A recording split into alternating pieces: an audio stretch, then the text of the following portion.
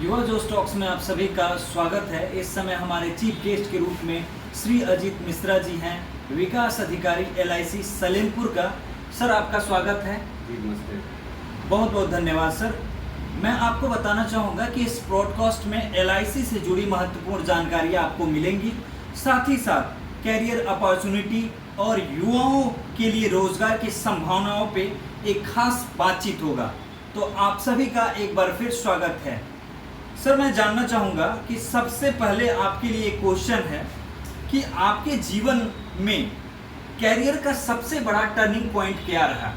जी 2010 में एक लोअर का बड़ा वैकेंसी आया था और उसी दिन हमारा LIC का ADO का एग्ज़ाम का इंटरव्यू था। दोनों में से मुझे कोई एक चूज करना था, तो मैंने LIC के ADO का सोचा कि फाइनल है किसी को, और संजोग से उसी में मेरी नियुक्ति हो भी गई। लोअर वाले में फ्री होता है, मेंस होता है, इंटरव्यू होता है, तो हमको लगता है वही सबसे बड़ा टर्निंग पॉइंट था वो डिसीजन। बहुत अच्छा। तो टर्निंग पॉइंट ज़िंदगी में बहुत ज़रूरी है। किसी भी इंसान को अगर सफलता की सीढ़ी पे जाना है तो टर्निंग पॉइंट होना बहुत ही बड़ा रोल निभाता है। सर मैं जानना चाहूँगा कि LIC में आप बतौर डेवलपमेंट ऑफिसर हैं, इसकी वास्तविक भूमिका और जिम्मेदारियाँ क्या होती हैं? LIC के जो हम लोग का नियुक्ति होता है उसमें क्या रहता है, to recruit the agent and procure them for business. मतलब कि अभिकर्ता की नियुक्ति करना, उनको गाइड करना, उनको प्रशिक्षित करना और उनको मोटिवेट करना, ये हमारा काम होता है LIC के डेवलपमेंट ऑफिसर के लिए। क्योंकि थोड़ा सा डेवलपमेंट शब्द का मतलब ये होता है कि सर्वांगीण विकास। LIC का सर्वांगीण विकास करने की जिम्मेदारी डेवलपमेंट ऑफिसर की होती है। मैं आपसे जानना चाहूँगा कि सर LIC के बारे में थोड़ा सा संक्षिप्त आप इंफॉर्मेशन दीजिए। जी, बहुत सारे लोग ये समझते हैं कि LIC गवर्नमेंट है, प्राइवेट है या लिमिटेड है, ये क्या है। LIC की स्थापना संसद में एक्ट आया था 1 सितंबर 1956 को, और एक्ट द्वारा आया, और ये पब्लिक सेक्टर अंडरटेकिंग है, जैसे बैंक वगैरह होते हैं। ये पूर्तिया भारत सरकार की जो है कंपनी है, और LIC के 60 लाख करोड़ इस समय एसेट है। दुनिया के कुछ ही देश ऐसे हैं जिनकी GDP LIC के एसेट के बराबर हो, और LIC की जो पॉलिसी होल्डर है करीब 32 करोड़ है। दुनिया के मात्र 12 देश ऐसी है जिनकी आबादी LIC की पॉलिसी धारकों से जाते हैं। LIC बहुत बड़ी संस्था है। बहुत अच्छा। सर क्या आम नागरिक LIC के जो प्लान हैं उसे ले सकते हैं? हाँ, LIC के प्लान जो है 0 साल से लेके और टिल डेट तक हर तरह के, हर वर्ग के लोगों के लिए होती है। बच्चों का है, बड़ों का है, रिटायरमेंट स्कीम है, हर तरह के जो है सेगमेंट में LIC का प्लान है। क्या इससे फायदे हैं सर? सबसे ज़्यादा जरूरी तो ये होता है कि मतलब किसी घर का जो कमाऊ सदस्य है उसकी अचानक डेथ हो जाएगी तो परिवार पे आपदा आ जाती है। ऐसे केस में जो हम जो है प्रोवाइड कराते हैं, सम एश्योर्ड बोनस वगैरह देते हैं, तो परिवार को आर्थिक सहायता मिलती है। बहुत अच्छा। तो आप सुने हैं LIC के बारे में।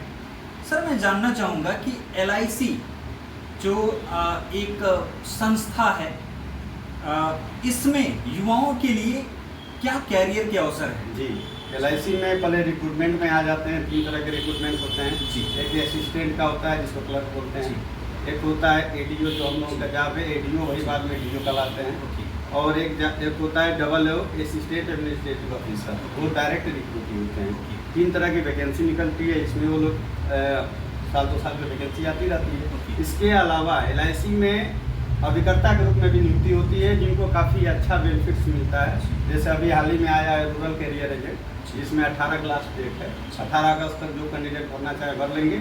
उनको 5000 महीना स्टाइपेंड भी मिलेगा, कमीशन भी मिलेगा, और अभिकर्ता का सारा बेनिफिट मिलेगा। साथ ही में बीमा शक्ति एक स्कीम LIC की चल रही है जो अभी मोदी जी ने लॉन्च किया था पानीपत से, जिसके अंतर्गत सरकार सब्सिडी दे रही है महिलाओं को 3 साल तक। पहले साल 7000 महीना, दूसरे साल 6000 महीना, और तीसरे साल 5000 महीना उनको स्टाइपेंड मिलता है। स्टाइपेंड के साथ साथ अभिकर्ता की सारी सुविधाएं उनको मिलती है। बहुत अच्छा। तो सर ये जो LIC के प्लान हैं आप भी कर सकते हैं?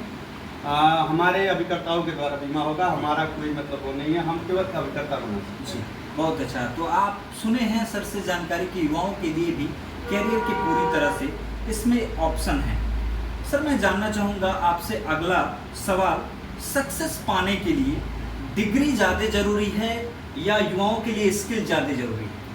हमसे पूछिए तो दोनों ही जरूरी है जी। दोनों एक दूसरे के कम्प्लीमेंट है। राइट। छोटा सा एग्जांपल देते हैं, राइट। कोई आदमी होटल में है और वो सारी चीज़ें जानता हो, लेकिन उसको होटल मैनेजमेंट की अगर डिग्री नहीं है तो मैनेजर नहीं बन पाएगा। ऐसे ही आप जो है मेडिकल स्टोर खोलना है तो DCA PG और जो है फार्मा की जो है जो डिग्रियाँ होती हैं, डी फार्मा और बी फार्मा की, तो जब तक डिग्री नहीं रहेंगे आप जो है क्या बोलते हैं प्रैक्टिशनर नहीं बन पाएंगे।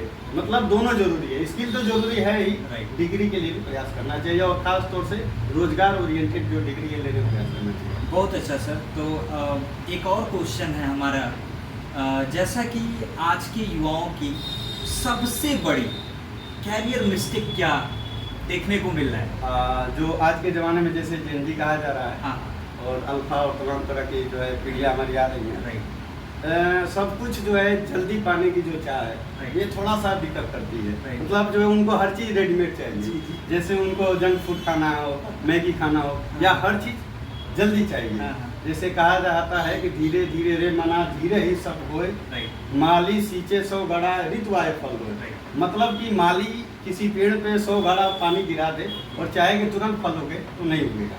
तो थोड़ा सा धैर्य बनाए रखें, जिस क्षेत्र में जा रहे हैं लगे रहें, लास्ट तक लगे रहें, धैर्य बनाए रहें, सफलता मिलेगी। थोड़ा सा लैक ऑफ मतलब पेशेंस की कमी है थोड़ा सा युवा में। तो सर ने बताया है, आप जान सकते हैं कि कैरियर में अगर आपको सफल होना है तो बहुत इम्पोर्टेंट है पेशेंस, और पेशेंस के साथ आपका जो गोल है उसको फोकस करते हुए आपको 101% देना पड़ेगा। बहुत अच्छा सर। जैसा कि हम जानना चाहेंगे कि फाइनेंशियल प्लानिंग और इंश्योरेंस को लेकर युवाओं को क्या समझाना चाहिए जी, आपके हिसाब जैसे से? एक हमने किताब पढ़ा था हाँ। रॉबर्ट कियोसाकी का रिच डैड पुअर जी। डैड, उसमें बताया जाता है कि मतलब पुअर डैड क्या क्या मिस्टेक करते हैं। हाँ। मतलब कि हमारे यहाँ पढ़ाई तो सारी चीज़ों को हो जाती है, फाइनेंशियल लिटरेसी कभी नहीं पढ़ाया जाता है, उनको बचत के लिए नहीं सिखाया जाता है, उनको निवेश के लिए नहीं सिखाया जाता है। तो थोड़ा सा बच्चों आज के ज़माने के जो नए बच्चे हैं उनको ज़रूरत है कि मतलब फाइनेंशियल लिटरेसी भी होना चाहिए उनको। Yes. और इंश्योरेंस के क्षेत्र में कहें तो जैसे आप पूछिए अगर हाँ। कि इन्वेस्टमेंट जरूरी है या इंश्योरेंस जरूरी है, Right. तो सबसे पहले इंश्योरेंस जरूरी है। रीजन ये है कि किसी के फैमिली में इन्वेस्टमेंट करने वाले बंदे का अगर डेथ हो जाता है तो क्या वो आगे इन्वेस्टमेंट वो फैमिली कर पाएगी, नहीं कर पाएगी। जैसे मान लीजिए सपोज 10,000 महीने का आप SIP खोल दिए, हाँ, तो SIP खोल दिए चल रहा है और अचानक सडन डेथ हो गया जी। तो क्या होगा? तो परिवार को कवर देने के लिए अगर इंश्योरेंस रहेगा और इंश्योरेंस से जो पैसा मिलेगा तो आगे उनकी SIP भी चलती रहेगी। मतलब दोनों जरूरी है, बट इंश्योरेंस फर्स्ट होना चाहिए। बहुत अच्छा। इंश्योरेंस इम्पोर्टेंट है, जैसा कि सर ने बताया है। आप सलेमपुर में कार्यरत हैं एज ए DO ऑफिसर के रूप में LIC में, तो सलेमपुर क्षेत्र के युवाओं के लिए आपका सबसे बड़ा संदेश क्या है? और सबसे बड़ा संदेश यही है कि ग्लोबलाइजेशन का ये जो ज़माना है, एक समय था कि हम जो है दिल्ली जाएंगे या फला जगह जाएंगे तो ये वो सफलता मिलेगी। Yes. बहुत सारे ऐसे बच्चों को हमने देखा है Yes. जो कि ऑनलाइन प्लेटफार्म पर स्टडी करके Okay. और IIT JEE और तमाम जगहों पे वो निकले हैं, यहाँ तक UPSC की तैयारी करके भी निकले हैं। जी। तो अब ग्लोबलाइजेशन का ज़माना है, हाँ। सबके हाथ में जो है मोबाइल है, इंटरनेट है, सारी सुविधाएं हैं। Right. तो बच्चों को जो है अपॉर्चुनिटी है कि हर जगह जो है वो सफलता अर्जित कर सकते हैं। और यहाँ के युवाओं के लिए थोड़ा सा ये भी करना चाहेंगे कि ये ज़मीन से जुड़े युवा हैं, Right. थोड़ा जैसे मतलब जो है उनकी गार्जियनशिप जो है, और जो गार्जियन जो उनको जिस उद्देश्य से पढ़ाते लिखाते हैं, जो उनके जीवन में आगे बढ़ाना चाहते हैं, तो थोड़ा सा मतलब आगे बढ़ने के बाद उन लोगों को याद रखें। जैसे एक पतंग होता है, पतंग ये सोचता है कि हम उड़ते जाएंगे और नीचे का धागा हमको रोक रहा है। Right. तो जिस दिन वो पतंग का धागा कट जाता है वो पतंग का ठिकाना नहीं रहता है। ऐसे ही हम सभी युवाओं को संदेश देना चाहेंगे कि आगे बढ़िए, जिंदगी में आगे बढ़िए, लेकिन माँ बाप परिवार इनको बैरियर न माने, उनसे जुड़े रहें। तो बहुत ज़रूरी सर ने एक बात कहा है कि आप किसी भी स्तर पे पहुंच जाते हैं तो अपने बेस को मत भूलें, क्योंकि आपका गांव, आपका घर, परिवार और आपके माता पिता एक बहुत बड़े आपके सफलता में अहम रोल होते हैं। बहुत अच्छा सर, आपकी बातें बहुत अच्छी लगी। एक अगला सवाल है हमारा, युवा जोश जैसे युवा संगठनों की समाज और युवाओं के विकास में क्या भूमिका इस समय है? जी, जैसे हमने आपका संगठन युवा जिसके बारे में काफ़ी जानता है और हम इसमें सक्रिय भी रहे हैं। जैसे आप एग्जांपल देते हैं, जैसे बाढ़ आया था, सूखा आया, या अभी हमने देखा था कि जो है आगजनी हुई थी, आप लोग फंड इकट्ठा करके उन परिवारों के यहाँ गए। ग्रामीण क्षेत्र में तमाम लोग ऐसे हैं जो सामाजिक और जो है सरकार की योजनाओं का लाभ नहीं ले पाते हैं, आप जन जन तक उनके लाभ को पहुंचा रहे हैं, तो आप लोग बहुत ही सक्रिय भूमिका निभा रहे हैं। और जहां तक युवाओं की बात है, समाज का तो रोल है ही। युवा जो है, जैसे आप लोगों का हर साल तिरंगा यात्रा आता है, देशभक्ति की भावना से ओतप्रोत हो जाते हैं हम लोग, तो आप लोग बहुत ही अच्छा कर रहे हैं। ब्लड डोनेशन भी करते हैं, और हमने देखा है कि आप लोग कंबल वितरण कार्यक्रम करते हैं, शरबत वितरण कार्यक्रम करते हैं, गरीब बच्चों के लिए आप लोग जो है ये पुस्तकें वितरित करते हैं। और अभी हाल ही में आपने जो स्कॉलरशिप जो है योजना लाई थी, तमाम बच्चे एग्जाम दिए और उन प्रतिभागियों को आप लोग पुरस्कृत किए। शायद जो है बहुत अच्छे समाज सेवक जो है राजेश दयाल जी भी आए थे, दयाल फाउंडेशन के ओनर आए थे, तो बहुत अच्छा लगा। जो है आप लोग बहुत ही बढ़िया कार्य कर रहे हैं इस समय। बहुत अच्छा सर। एक लास्ट क्वेश्चन है सर आपसे, अगर आपको आज के युवा को सिर्फ एक सलाह देना हो तो वह आप क्या देंगे? हम तो यही सलाह देंगे कि हार्ड वर्क विथ डिसिप्लिन। आज के ज़माने में डिसिप्लिन सबसे ज़्यादा जरूरी है। जैसे आपके अंदर जोश रहता है कि हम जिम जाएंगे, अपना बॉडी सही करेंगे, पता चलता है 2 दिन गए 3 दिन गए, उसके बाद से जोश ठंडा हो जाता है और आदमी छोड़ देता है।